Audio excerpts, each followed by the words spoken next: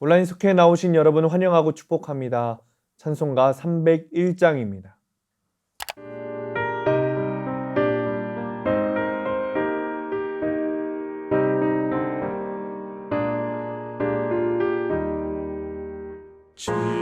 지금까지 지내온 것 주의 크신 은혜라. 한이 없는 주의 사랑 어찌 이루 말하랴. 찬악해라 주의 손이 항상 모든 일을 주 안에서 형통하게 하시네. 몸도 맘도 연약하나 새 힘 받아 살았네. 물붓듯이 부으시는 주의 은혜 족하다. 사랑 없는 거리에 나 험한 산길에 갈 때 주의 손을 굳게 잡고 찬송하며 가리라.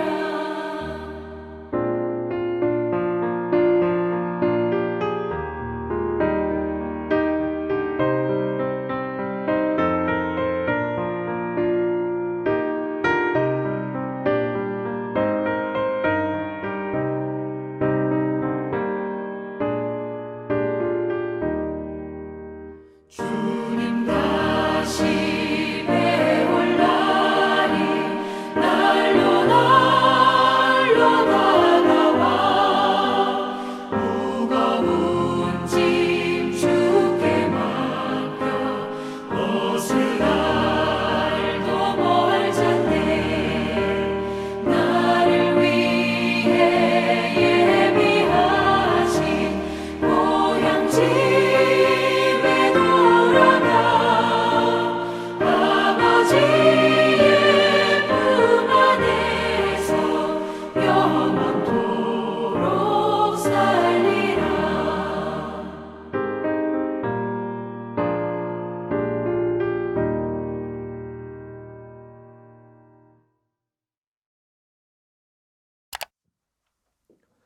오늘 우리에게 주시는 하나님의 말씀은 마태복음 9장 35절에서 38절까지 말씀입니다.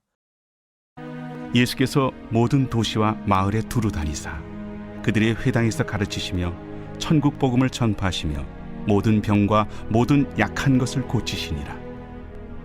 무리를 보시고 불쌍히 여기시니 이는 그들이 목자 없는 양과 같이 고생하며 기진함이라. 이에 제자들에게 추수할 것은 많되 일꾼이 적으니 그러므로 추수하는 주인에게 청하여 추수할 일꾼들을 보내주소서 하라.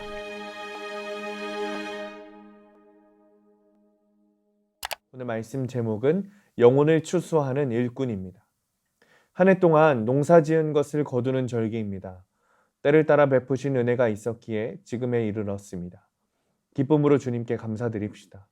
이제 우리 하나님은 우리에게 더 중요한 영혼의 추수를 기대하십니다. 마땅히 우리가 해야 합니다. 그 일은 섬세하고 다양한 준비가 필요합니다. 때가 급함으로 채비를 갖추면 곧바로 영혼 살리는 일에 나서야 합니다. 그렇다면 어떻게 영혼을 추수하는 일꾼이 될 수 있을까요? 첫 번째, 불쌍히 여기는 마음이 있어야 합니다. 본문 36절입니다. 무리를 보시고 불쌍히 여기시니 이는 그들이 목자 없는 양과 같이 고생하며 기진함이라. 우리는 곤경에 빠진 이들을 그냥 지나치지 못합니다. 사람은 물론 동물이라도 위급한 상황에 처해 있는 것을 보면 힘을 앞에 돕습니다. 불쌍히 여기는 마음은 누구에게나 있습니다. 그런데 정작 한 영혼을 구원하는 일에는 무관심하게 일수입니다. 육체도 귀하지만 영혼을 살리는 일은 우리의 본연의 일입니다. 목자 없는 양처럼 고생하며 기진해 있는 무리를 보신 예수님은 안타까워하시며 그들을 불쌍히 여기셨습니다. 그래서 애타는 마음으로 영혼 살리는 일에 매진하셨습니다. 우리 또한 그렇게 구원받은 자들입니다. 그 긍휼함에 힘입어 문 영혼들에게 우리는 나아가야 합니다. 추수하는 과정에 단계가 있다면 가장 앞순위는 불쌍히 여기는 마음을 갖는 일입니다. 주님께 구하면 영혼들을 불쌍히 여기는 마음을 주실 것입니다. 두 번째는 부지런해야 한다는 겁니다. 본문 35절입니다. 예수께서 모든 도시와 마을에 두루 다니사 그들의 회당에서 가르치시며 천국 복음을 전파하시며 모든 병과 모든 악한 것을 고치시니라. 예수님은 공생의 3년 동안 쉴 틈 없이 일하셨습니다. 모든 도시와 마을을 두루 다니시며 여러 회당에서 가르치시고 천국 복음을 전파하며 병든 사람들과 상한 심령들을 고쳐주셨습니다. 말씀으로 세상을 구원하실 수도 있었고 신적 능력을 동원해서 혼자서도 충분히 구원 사역을 이루실 수도 있었습니다. 그러나 예수님은 사람으로 세상에 오셔서 최선을 다해 몸으로 행하셨습니다. 예수님의 열심과 부지런함은 다른 성경 인물에 비해 결코 뒤지지 않습니다. 우리도 영혼 구원하는 일에 나섰다면 부지런해야 합니다. 농사도 수없이 손이 가야 거둘 수 있는 것처럼 영혼을 구원하는 일도 온갖 정성과 기도와 행동이 있어야 거둘 수 있습니다.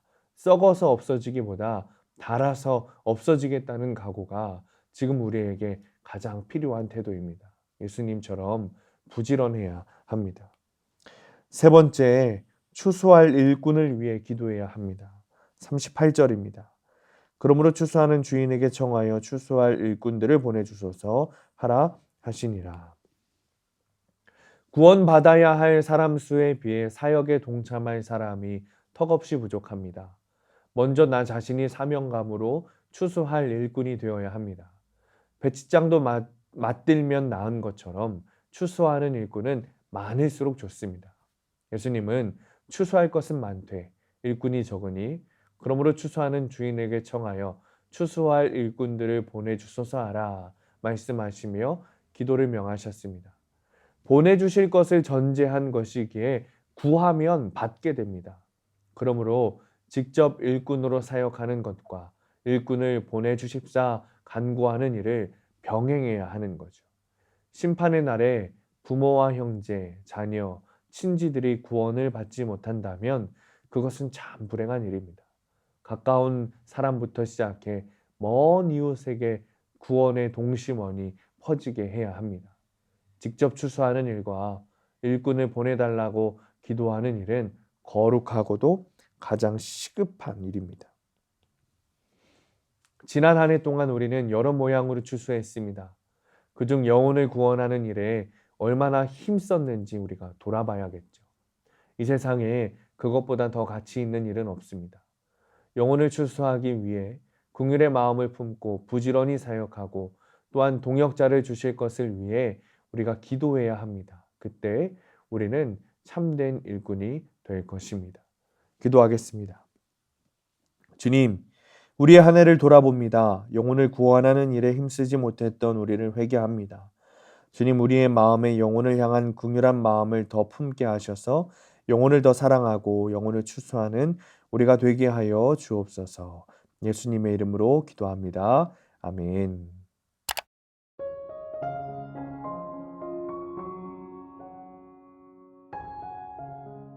네, 오늘도 속회토크 담임 목사님과 함께 이야기를 나누도록 하겠습니다.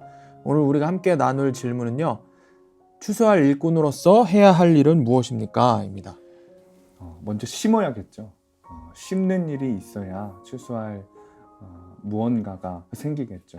그러기 위해서는 전도하는 일밖에 없습니다.